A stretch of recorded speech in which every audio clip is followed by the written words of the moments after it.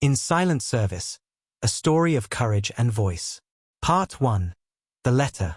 It all began on a late night when Karoline Leavitt, the youngest White House press secretary in American history at just 27, sat in her small Washington, D.C. apartment. The dim light cast shadows on her tired face as she fed her infant son while scrolling through work emails. The press had torn her apart again today over a statement about Trump's military policy, but she was used to it by now. Pressure was her daily companion. Suddenly, a strange email caught her eye. No subject, just a sender's name, Sophie Marshall. Leavitt frowned, opening it. The message was short but sharp as a blade. Miss Leavitt, I'm a Navy captain, 28 years old. I have something to say, not for me, but for those who serve in silence. Please meet me. No greeting, no pleading, just a bold request. Leavitt set the bottle down, her heart beating faster. Who would dare write like this? The next morning, Karoline Leavitt walked into her office with dark circles under her eyes but a sharp mind. Last night, she'd barely slept, her thoughts consumed by Sophie Marshall's brief message. Serve in silence, the phrase echoed in her head, a puzzle with no answer yet. She set her coffee cup on the desk and called her chief aide, Ryan, into the room. Found anything on Sophie Marshall? She asked, her voice hoarse from lack of sleep. Ryan, a 30-year-old with messy hair and thick glasses, placed a thin file on the desk. This is what I got from the Navy through a quick channel, Miss Leavitt, he said, pushing his glasses up. Sophie Marshall, 28, Navy captain. Graduated top of her class from the Naval Academy at 21. Commissioned as an officer right after. She took command of a patrol boat team at 26, one of the youngest in modern U.S. Navy history. Leavitt raised an eyebrow, impressed but not surprised. Youth and talent weren't foreign to her. She was breaking records at the White House herself. What about her record? Leavitt asked, flipping through the file's first page. Ryan hesitated before answering. Very impressive. She led a few anti-piracy ops off Somalia, commended for leadership under pressure. But... He paused, glancing at Leavitt as if weighing whether to go on. But what? She pressed, her tone firming. Ryan sighed. There's a blemish. 3 years ago, on a mission in the South China Sea, she ordered an attack on a suspected smuggler ship. It was a mistake. A civilian vessel sank. 6 people died, including Lieutenant Ethan Blake, her best friend. The official report blamed bad intel, but Sophie was investigated. She was cleared, but it left a mark. Leavitt stopped flipping pages, her hand freezing on the bolded line, Lieutenant Ethan Blake, killed in action. She pictured Sophie, a young woman just a year older than her, standing on a ship's deck, giving orders under a grey sky, then watching flames erupt from her own decision. A fleeting thought crossed Leavitt's mind. Herself, standing at a press podium, misspeaking a single line and the world turning on her. No deaths, but haunting enough. Is that why she wrote? Leavitt wondered silently, not voicing it. Part 2. The Ghost of Command. Meanwhile, Sophie Marshall's memory drifted back to that fateful day. She stood on the bridge, the salty sea wind stinging her face. Ethan, with his confident smile and bright eyes, stood beside her. Orders away, Captain, he said, his tone teasing. Sophie nodded, commanding the strike based on intel that the ship held weapons. But when the smoke cleared, civilian screams rose from the wreckage. Ethan rushed to save them, but a second explosion took him forever. Sophie stood there, hands trembling on the railing, watching flames reflect in her eyes. Since then, she carried Ethan like a ghost, exactly what he'd once told her not to do. Back at the White House, Leavitt leaned back in her chair, fingers tapping the desk. She's not after fame, she said to Ryan. If she wanted that, she'd have gone on TV by now. This is personal. Ryan nodded. But if the press gets wind of it, it'll be big. A young captain, a deadly call. Now meeting you, they'll shred us. Leavitt gave a faint smile. They shred me every day already. What's one more time? She stood, gazing out the window. Outside, Washington's sky was gray, signaling a long day ahead. Leavitt thought of Sophie, a woman like her, doubted for her youth, weighed down by responsibility. The letter wasn't a plea. It was a voice stifled too long. This could be a chance, Leavitt thought, not just to understand Sophie but to prove she wasn't just Trump's mouthpiece. She could make a difference. But the risk? If this blew up, her career could crumble. Finally, she turned to Ryan. Set up the meeting this afternoon. Oval Office. No leaks. I want to hear it from her. Ryan nodded and left. Leavitt picked up the letter again, rereading the line, "For those who serve in silence." She didn't know what Sophie wanted, but a jolt ran through her. Instinct told her this meeting would change everything. At the same time, at Joint Base Andrews, a military plane touched down. Sophie Marshall stepped out, uniform crisp, eyes resolute, but hands clenched slightly. She didn't know how Leavitt would react, but she was ready. Even if it was just one shot, she had to speak, not for herself, but for Ethan and for the soldiers still suffering in the shadows. Face to face. That afternoon, the Oval Office was eerily quiet. No Trump, no advisors, just Karoline Leavitt standing near the window, holding a cold coffee mug. She wore a dark blue suit, hair tied back, but the bags under her eyes betrayed her exhaustion. When the door opened, Sophie Marshall walked in. Her navy uniform was pristine, polished shoes clicking evenly on the hardwood. Leavitt turned, offering a slight smile to break the ice. "Captain Marshall, I bet you're better at shooting than I am at selfies," she said, her tone laced with Gen Z humor. Sophie's lips twitched, a brief smile easing the tension. "I'm not great at either, Miss Leavitt," she replied, voice low but steady. Leavitt gestured to the leather chair across from Trump's desk. "Call me Karoline. No cameras, no press, just us." Sophie nodded, sitting down, back still straight as if military posture was ingrained in her very being. Leavitt sat opposite, setting her mug down, her gaze sharp but not overbearing. "Your letter kept me up," she began. "You mentioned those who serve in silence. Who are they, and why me? Not President Trump or some general." Sophie took a deep breath, hands tightening on her lap. She'd prepared for this, but it still wasn't easy. "Because you're the voice, Miss Karoline Leavitt. I've seen you on TV, on X, speaking for the White House. If I wrote to the president, it'd get buried in paperwork. But you can make people listen." Leavitt raised an eyebrow, caught off guard by the bluntness. "And what do you want me to make them hear?" she asked, voice lowering. Sophie met her eyes, unflinching. "The truth," she said. "That leadership isn't always glory. That every order, every call has a cost outsiders don't see. I wrote because I'm tired of people only seeing medals and forgetting who paid for them." Her tone was even, but Leavitt sensed a torrent of emotion held back. "Like Ethan Blake?" Leavitt asked, gentle but direct. Sophie froze, her eyes flickering as if the name pierced an invisible shield. "Ryan told me about the South China Sea mission," Leavitt went on. "6 dead, including him. The report said it wasn't your fault, but I'm guessing you don't believe that."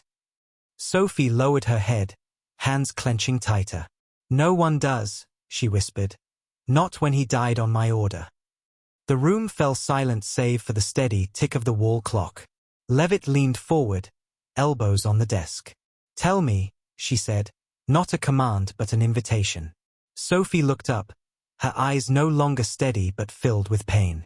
3 years ago," she started, voice trembling slightly, "we were tasked with stopping a suspected smuggler ship in the South China Sea. Intel said it was a legit target. I was in command. I gave the order to fire. Ethan, Lieutenant Blake, stood beside me, smiling, saying orders away, Captain. He always trusted me." She paused, taking a long breath to steady herself. "But when the shells hit, it didn't explode like a weapon ship. It broke apart, and I heard screams. Civilians. I sent Ethan down to save them, but a second blast happened. He didn't make it back." Sophie stopped, her gaze distant as if seeing the fire on that night sea again. "I stood there on the bridge, watching the ship burn. I heard my crew report over the radio, wrong target. 6 dead. Blake missing. They found his body after 2 hours. Leavitt sat still, a lump in her throat. She'd never stood on a battlefield, never given an order that killed, but she knew failure.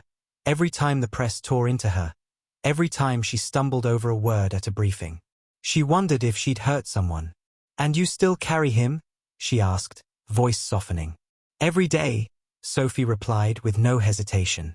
"Before that mission, Ethan told me, if we fail, don't turn me into a ghost. But I did. I hear his voice every night, see his face in my dreams. I survived, but part of me died with him." She gave a faint, bitter smile. Leadership isn't about getting it right. It's about carrying the wrongs forever. The burden of youth. Leavitt leaned back, rubbing her chin. She thought of herself, nights spent awake revising speeches, fearing one misstep could tank Trump's credibility or, worse, harm someone out there. "I've never lost anyone because of my words," she admitted, "but I get that pressure. Every time I'm at that podium, I'm scared I'm not good enough, scared I'll mess it all up. How do you keep going after that?" Sophie looked at her, her gaze softening for the first time. "Because if I quit, who'll speak for people like Ethan? Other soldiers, they carry scars too, but no one sees.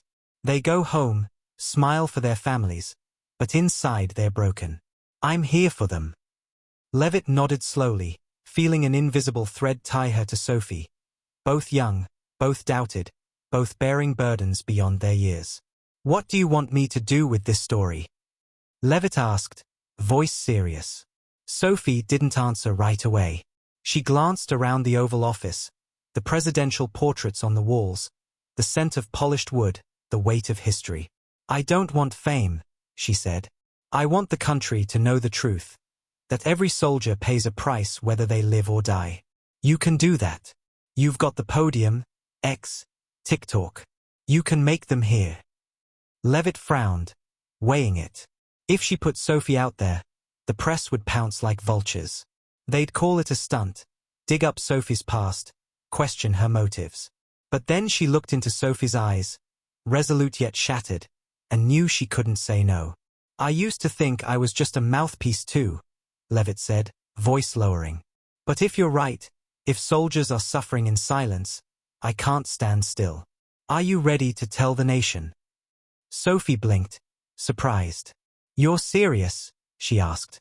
Leavitt smiled, her first real smile of the day lighting up.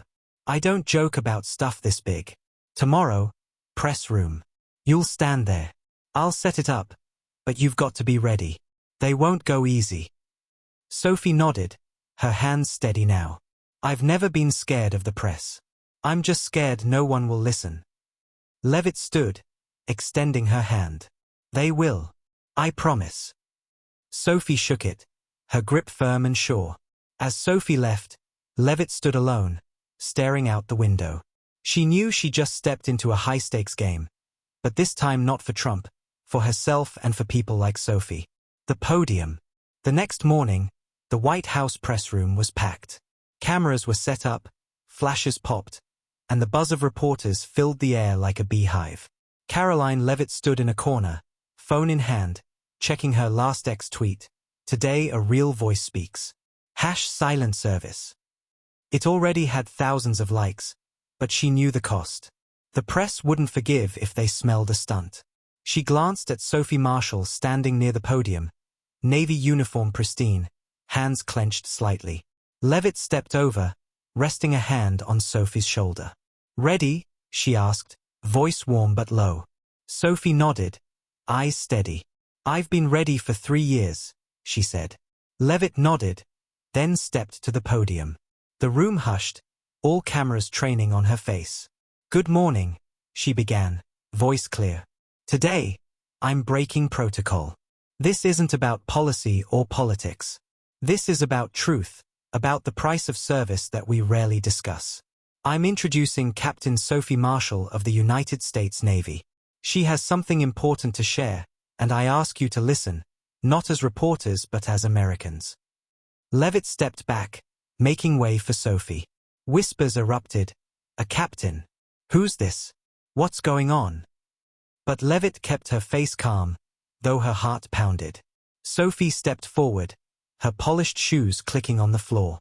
She faced the crowd, curious, skeptical, even hostile faces, but didn't flinch. She took a deep breath, adjusted the mic, and began. America loves heroes. Her voice rang out, steady and strong.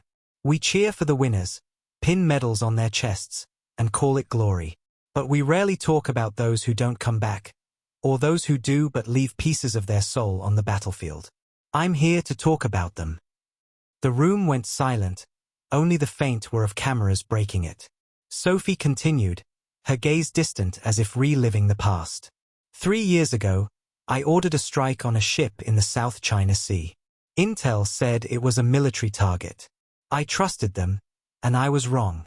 6 people died, including Lieutenant Ethan Blake, my best friend. He rushed to save them, but I couldn't save him. I stood on the bridge, watching the flames, hearing screams over the radio, and knew I'd killed innocents. I survived, but I carry them every day. Leavitt stood aside, a lump in her throat. She'd heard this story last night, but now, in front of dozens of cameras, it still chilled her. Sophie didn't stop. I'm not here to apologize or justify, she said, voice hardening. I'm here for the other soldiers, the ones who come home with fake smiles, who stay up all night with explosions in their heads, who take their own lives because no one sees their pain. A year ago, I met a female soldier, 24, who cut herself in the barracks because she couldn't bear the memories. No one knows her name. No one gave her a medal. She's one of those who serve in silence. The whispers started up again, but Sophie raised a hand, signaling silence. Leadership isn't standing on a podium waving, she said, her gaze sweeping the crowd. It's taking responsibility even when you're wrong. It's standing up when everyone else stays quiet. I don't want the country to pity me or Ethan. I want them to see the soldiers who aren't seen and do something for them. She paused, took a breath, then finished. I've said my piece. The questions are yours. The storm begins. The press room erupted. Reporters shot up their hands, shouts crashing like waves. Captain Marshall, are you blaming the military? A CNN reporter yelled. Sophie looked straight at him. No, she replied, voice calm. I blame the silence. The military didn't fail. We fail when we don't listen to them. Another reporter from Fox News cut in. What proof do you have of these soldiers? Or is this just personal feelings? Sophie's lips twitched, a cold smile. I live with them. I see them every day. If you want stats, ask the